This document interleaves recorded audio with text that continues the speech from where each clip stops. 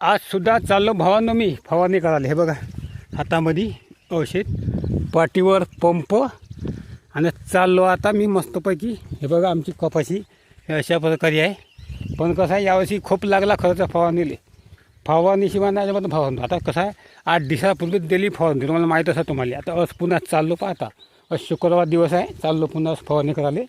मागच्या गुरुवारी दिली फवारणी तर मी तब्येत बिघडली होती, त्यामुळे 2-3 दिवस थोडी लेट झाली फवारणी. तर चाललो आता मी फवारणी करायला. आता करतो आता फवारणी. आता हे आलं, आता आपलं पाणी टाकं लावतो आता फवारणी. आता भावांनो कसं आहे यावर्षी लई भानगड आहे.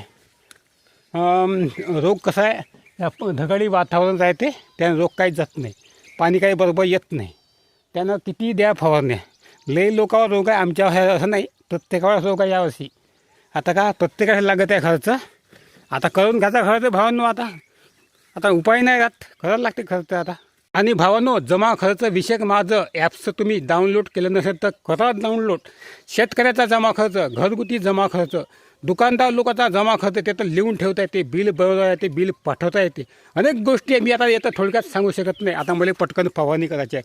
पाणी याच्या पहिलं थोडं पाणी आलं तरी पावली फवारणी गायब होऊ शकते. आणि हे पाणी आटलं तर पुन्हा कुंकड पाहायचं. म्हणून आता मी पटकन आता फवारणी करून टाकतो. आता भावांनो पहा, आपलं जमा खर्च नोंदवही नावाचं ॲप्स करा डाउनलोड आणि आपला जमा खर्च लिहून ठेवत चला. कारण जीवनामध्ये खर्च हा खूप महत्त्वाचा आहे. पण आपला पैसा कुठे गेला काही कळत नाही. कुठे गेला तर ॲटोमॅटिक तुम्हाला समजते त्या ॲप्समध्ये जाऊन करा डाउनलोड. जाऊन पहा प्ले स्टोरवर जमा खर्च नोंद वही.